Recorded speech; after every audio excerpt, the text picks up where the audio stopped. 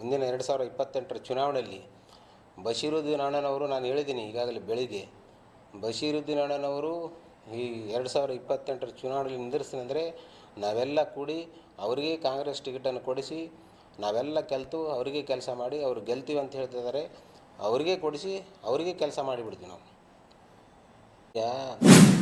ಪ್ರತಿ ವರ್ಷ ನಾವು ಈ ವರ್ಷ ಕೊಟ್ಟಿಲ್ಲ ಕಿಟ್ಗಳು, ಸುಮಾರು 8-10 ವರ್ಷದಿಂದ ರಂಜಾನ್ ಹಬ್ಬದ ಸಂದರ್ಭದಲ್ಲಿ ಬಡವರಿಗೆ ಒಂದು ಸಹಾಯ ಆಗಲಿ ಅಂತ ಪ್ರತಿ ವರ್ಷ ಕಿಟ್ಗಳನ್ನು ಕೊಡ್ತಾಯಿದ್ದೀವಿ. ಭಾವಚಿತ್ರಕ್ಕೆ ಸಂಬಂಧಪಟ್ಟಂತೆ ಬೋಸರಾಜ್ ಸಾಬ್ ಅವರ ಫೌಂಡೇಶನ್ ವತಿಯಿಂದ ಈ ಕಿಟ್ಗಳನ್ನು ಕೊಡ್ತಾಯಿದ್ದೀವಿ. ಕಾಂಗ್ರೆಸ್ ಪಕ್ಷದಿಂದ ಅಲ್ಲ, ಇದು ಬೋಸರಾಜ್ ಸಾಬ್ ಅವರ ಫೌಂಡೇಶನ್ ವತಿಯಿಂದ ಕೊಟ್ಟ ಕಾರಣ ಅವರಿಗೆ ಯಾರಿಗೆ ಬೇಕು ಅವರು ಬೋಸರಾಜ್ ಸಾಬ್ ಫೋಟೋ ಇರ್ತದೆ, ಅವ್ರ MP ಫೋಟೋ ಹಾಕಂದ್ರೆ ಅದರಾಗೇನಿದೆ.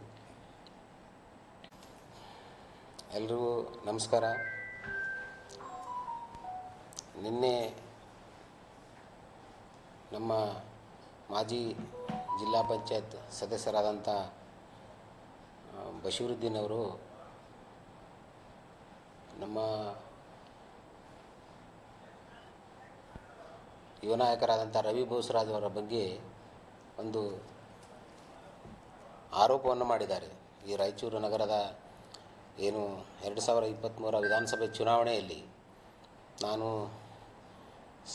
ಸ್ಪರ್ಧೆ ಮಾಡಿದಂಥ ಸಂದರ್ಭದಲ್ಲಿ ಅವರೊಂದು ಆರೋಪವನ್ನು ಮಾಡಿ ನನ್ನ ಸೋಲಿಗೆ ರವಿ ಬೋಸರಾಜ್ ಅವರೇ ನೇರವಾದ ಕಾರಣ ಅಂತ ಹೇಳಿದ್ದಾರೆ.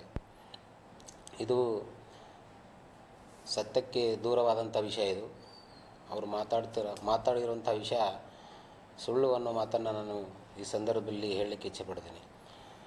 ವಿಶೇಷವಾಗಿ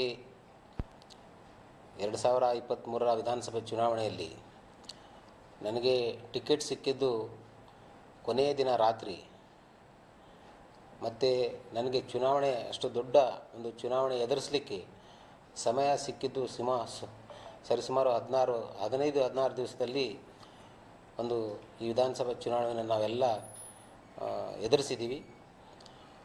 ವಿಶೇಷವಾಗಿ ನಮ್ಮ ಸಚಿವರಾದಂಥ ನಮ್ಮ ಹಿರಿಯ ನಾಯಕರಾದಂಥ ಬೋಸರಾಜ್ ಸಾಹೇಬರು ಮಾರ್ಗದರ್ಶನದಲ್ಲಿ, ಬೋಸರಾಜ್ ಸಾಹೇಬರ ಮಾರ್ಗದರ್ಶನದಲ್ಲಿ ಹಾಗೂ ನಮ್ಮ ಯುವ ನಾಯಕರಾದಂಥ ರವಿ ಬೋಸರಾಜ್ ಅವರ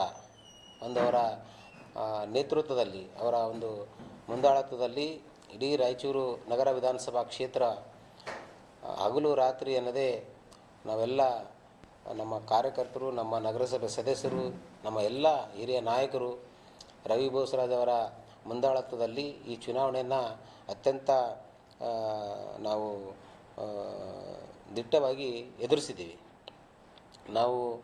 ನಮಗೆ ಸೋಲಲಿಕ್ಕೆ ವಿಶೇಷವಾದ ಒಂದು ಉದಾಹರಣೆ ಅಂದರೆ ಕಾರಣ ಏನಪ್ಪ ಅಂತಂದರೆ, ನಮಗೆ ಟಿಕೆಟ್ ಸಿಕ್ಕಿದ್ದು ಸುಮಾರು ಕೊನೆ ದಿನ ಸಿಕ್ಕಿದ್ರಿಂದ ನನಗೆ ಸಮಯ ಬಹಳ ಕಡಿಮೆ ಇತ್ತು. 16-15 ದಿವಸದಲ್ಲಿ ಇಷ್ಟು ದೊಡ್ಡ ಒಂದು ಚುನಾವಣೆಯನ್ನು ನಾವು ಎದುರಿಸಿದ್ದೀವಿ.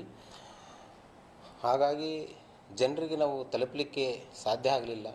ಭಾಳಷ್ಟು ಮತಯಾಚನೆ ಮಾಡುವಂಥ ಸಂದರ್ಭದಲ್ಲಿ ಭಾಳಷ್ಟು ಕಡೆ ನಾವು ಹೋಗಬೇಕಾಗಿತ್ತು, ಭಾಳಷ್ಟು ಜನರಿಗೆ ಭೇಟಿ ಆಗಬೇಕಾಗಿತ್ತು. ಅಂಥ ಸಂದರ್ಭದಲ್ಲಿ ನಮಗೆ ಹೋಗಲಿಕ್ಕೆ ಆಗಲಿಲ್ಲ. ಇದು ಬಹಳ ದೊಡ್ಡ ಕಾರಣ ಇದು.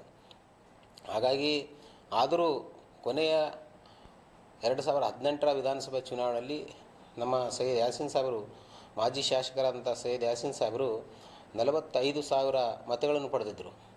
ಆದರೆ 2023ರ ಏನು ವಿಧಾನಸಭೆ ಚುನಾವಣೆಯಲ್ಲಿ ನಾನೇನು ಸ್ಪರ್ಧೆ ಮಾಡಿದ್ದೀನಿ, ಇದರಲ್ಲಿ ಸುಮಾರು ನಾನು 65,923 ಮತಗಳನ್ನು ಪಡೆದಿದ್ದೀನಿ. ಅಂದರೆ ಸರಿಸುಮಾರು ಕಳೆದ ಚುನಾವಣೆ 2018ರ ಚುನಾವಣೆಗೆ ಈ 2023ರ ಚುನಾವಣೆಗೆ ಹೋಲಿಕೆ ಮಾಡಿದಂಥ ಸಂದರ್ಭದಲ್ಲಿ ಸುಮಾರು 21,000 ಮತಗಳನ್ನು ನಾನು ಹೆಚ್ಚಿಗೆ ಪಡೆದುಕೊಂಡಿದ್ದೀನಿ.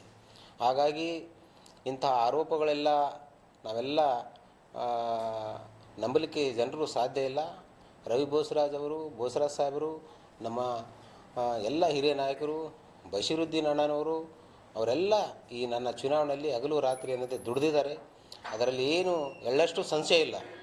ಹಾಗಾಗಿ ಆರೋಪ ಮಾಡುವಂಥ ಸಂದರ್ಭದಲ್ಲಿ ನಮಗೆಲ್ಲ ಇದು ಒಂಥರ ಸುಳ್ಳು ಅಂತ ನನಗೆ ಕಾಣಿಸ್ತದೆ. ನಾನು ಯಾಕಂದರೆ ಚುನಾವಣೆ ನಾನು ಸ್ಪರ್ಧೆ ಮಾಡಿದಂಥವನ್ನು ಹೇಳ್ತಾ ಇದ್ದೀನಿ ನಿಮಗೆ.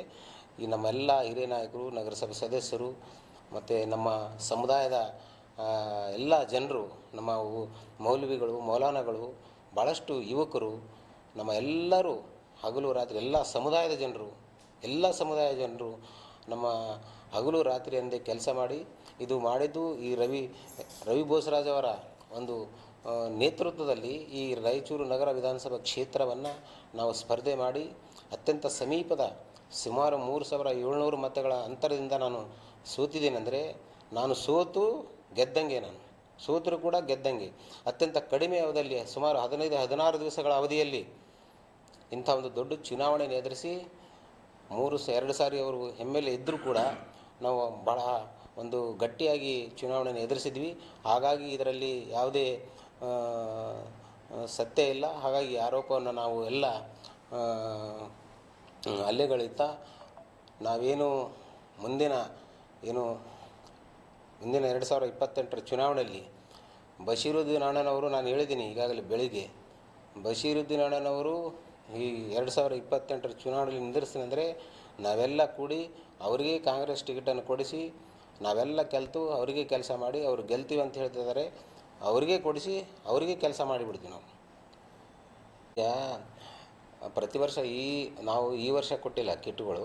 ಸುಮಾರು 8-10 ವರ್ಷದಿಂದ ರಂಜಾನ್ ಹಬ್ಬದ ಸಂದರ್ಭದಲ್ಲಿ ಬಡವರಿಗೆ ಒಂದು ಸಹಾಯ ಆಗಲಿ ಅಂತ ಪ್ರತಿ ವರ್ಷ ಕಿಟ್ಗಳನ್ನು ಕೊಡ್ತಾಯಿದ್ದೀವಿ. ಭಾವಚಿತ್ರಕ್ಕೆ ಸಂಬಂಧಪಟ್ಟಂತೆ ಬೋಸರಾಜ್ ಸಾಬ್ ಅವರ ಫೌಂಡೇಶನ್ ವತಿಯಿಂದ ಈ ಕಿಟ್ಗಳನ್ನು ಕೊಡ್ತಾಯಿದ್ದೀವಿ. ಕಾಂಗ್ರೆಸ್ ಪಕ್ಷದಿಂದ ಅಲ್ಲ, ಇದು ಬೋಸರಾಜ್ ಸಾಬ್ ಅವರ ಫೌಂಡೇಶನ್ ವತಿಯಿಂದ ಕೊಟ್ಟ ಕಾರಣ ಅವರಿಗೆ ಯಾರಿಗೆ ಬೇಕು ಅವರು ಬೋಸರಾಜ್ ಸಾಬ್ ಫೋಟೋ ಇರ್ತದೆ, ಅವ್ರ MP ಫೋಟೋ ಹಾಕ್ಯಂದ್ರೆ ಅದರಾಗೇನಿದೆ.